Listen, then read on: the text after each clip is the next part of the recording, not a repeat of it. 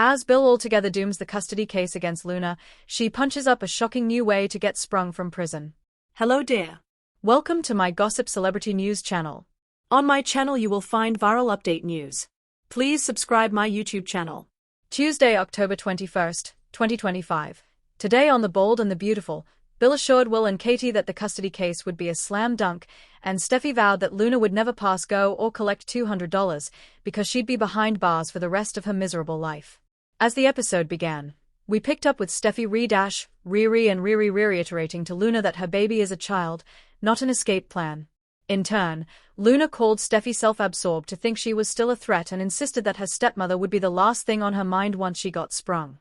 What's more, but of course, she remained confident that Bill and Katie wouldn't let their grandchild be born behind bars.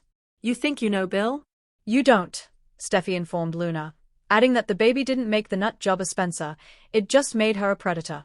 Still, Steffi didn't go so far as to call what Luna did to Will what it was, rape. Why will this show admit so freely that she's a murderer but not that she's a rapist? Strange. Katie makes excuses for Bill.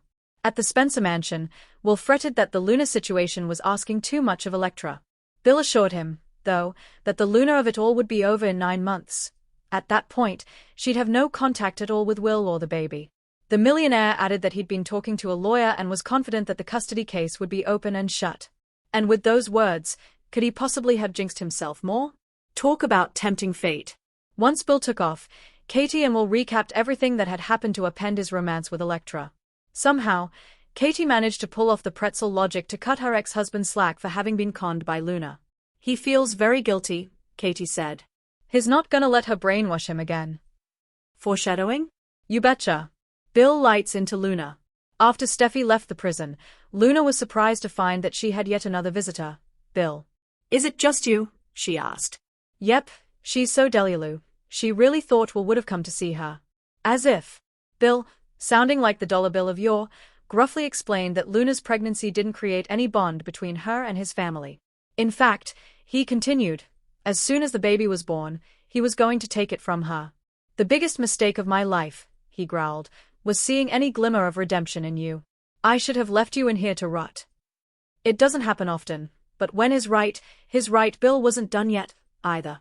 The same influence that he'd used to get Luna freed, he would now use to ensure that she never stopped pressing license plates. Her response? The Luna version of the sad face emoji above. Steffi reunites with her parents. At the Cliff House, Rich and Taylor burst in looking for Steffi, only to learn from Finn that their daughter went directly to prison to confront Luna.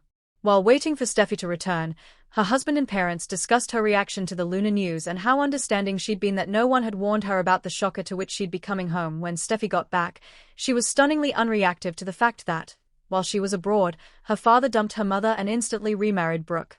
At first, that is.